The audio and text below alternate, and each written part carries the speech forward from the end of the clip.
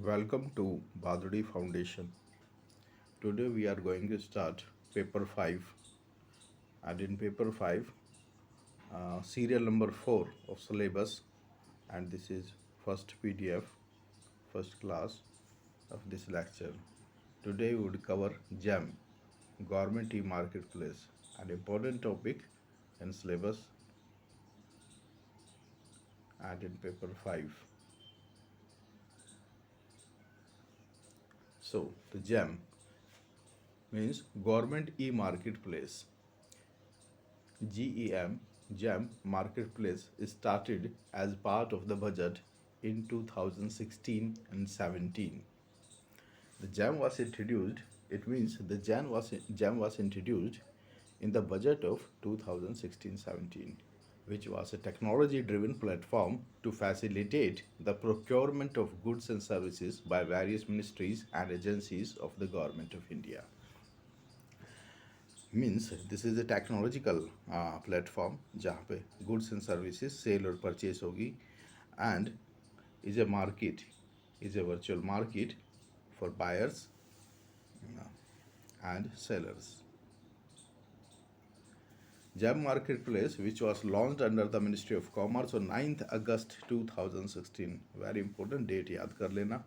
9 August 2016 को GEM Marketplace was launched. It comes under the Ministry of Commerce. Is meant to be a centralized unified procurement platform. Centralized है, unified है, procurement platform है. That would increase coverage access efficiency.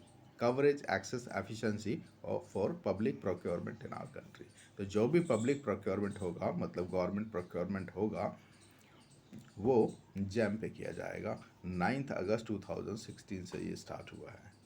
Jam allows for optimisation of public expenditure. अब जो भी public expenditure होता है उसको optimise करने के लिए, ऑप्टिमली यूज करने के लिए, beside having a ease of transactions by bringing the buyers and sellers on a common platform. जब बायर्स एंड सेलर्स एक ही प्लेटफॉर्म पे आ जाएंगे तो ट्रांजैक्शन इजी हो जाएगी. In order to support GeM in reaching its objective. तो GeM का जो ऑब्जेक्टिव है वो फुलफिल हो जाएगा. अब जैम जब आया तो कुछ रूल में भी चेंज हुआ होगा. तो the ministry of finance added rule 149. बहुत इंपॉर्टेंट है. Rule 149 was added by Ministry of Finance in the General Financial Rule 2017, mandating purchase through GEM by government users. और गवर्नमेंट यूजर से पब्लिक प्रोक्योरमेंट को mandatory बना दिया गया है GeM से खरीदने के लिए under rule 149 of GFR. The fundamental objective of GEM is to create saving for the government. Government की सेविंग भी होएगी. कैसे होएगी? GeM is expected to significantly reduce both the transactions and administrative cost in public procurement. तो GeM के through purchase करने से transaction cost और एडमिनिस्ट्रेटिव कॉस्ट जो पहले ज़्यादा हुआ करती थी वो कम हो जाएगी. Jam was launch on 9 August 2016 and is managed by jam special purpose vehicle SPV. Jam special purpose vehicle government own section 8 company. ये जो जैम है SPV, ये सेक्शन 8 कंपनी है under the department of commerce. Jam launch scale up version. Jam का scale up version भी launch हुआ है 3.0 on 26 जनवरी 2018 में. The jam platform was launch on 9 August 2016 as an online end to end solution for procurement of commonly used goods and services for all central government, state government, ministries, departments, public sector units and affiliated bodies. ये question बन सकता है. Jam किस किस के लिए mandatory है? तो सभी के लिए मैंडेटरी है. सेंट्रल गवर्नमेंट हो चाहे स्टेट गवर्नमेंट हो, मिनिस्ट्री, डिपार्टमेंट, पब्लिक यूनिट्स और एफिलिएटेड बॉडीज. और एंड टू एंड सॉल्यूशन है.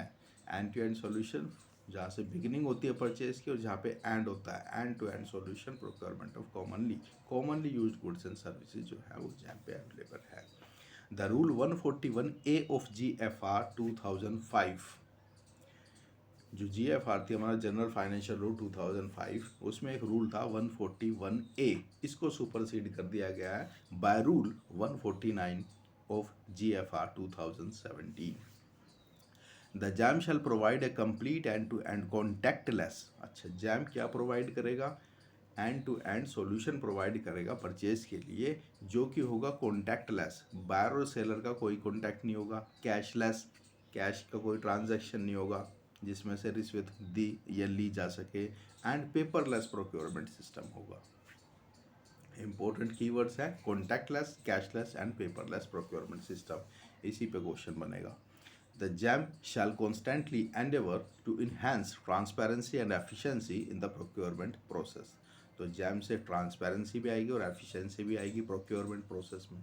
The GeM shall bring about standardisation in the procurement process. Standardisation होगा प्रोक्योरमेंट प्रोसेस का, ensure timely delivery and payment. Item भी deliver timely होगा और payment भी vendor को टाइमली होगी, तो प्रोसेस को स्टैंडर्डाइज कर देगा jam. The JAM shall be trust-based system with minimal manual intervention। बहुत इंपॉर्टेंट लाइन है कि एक ट्रस्ट बेस्ड सिस्टम है, ट्रस्ट पे होगा, मिनिमल मैनुअल इंटरवेंशन, इसमें ह्यूमन इंटरवेंशन कम से कम है। The platform shall provide additional features such as buyer and seller ratings.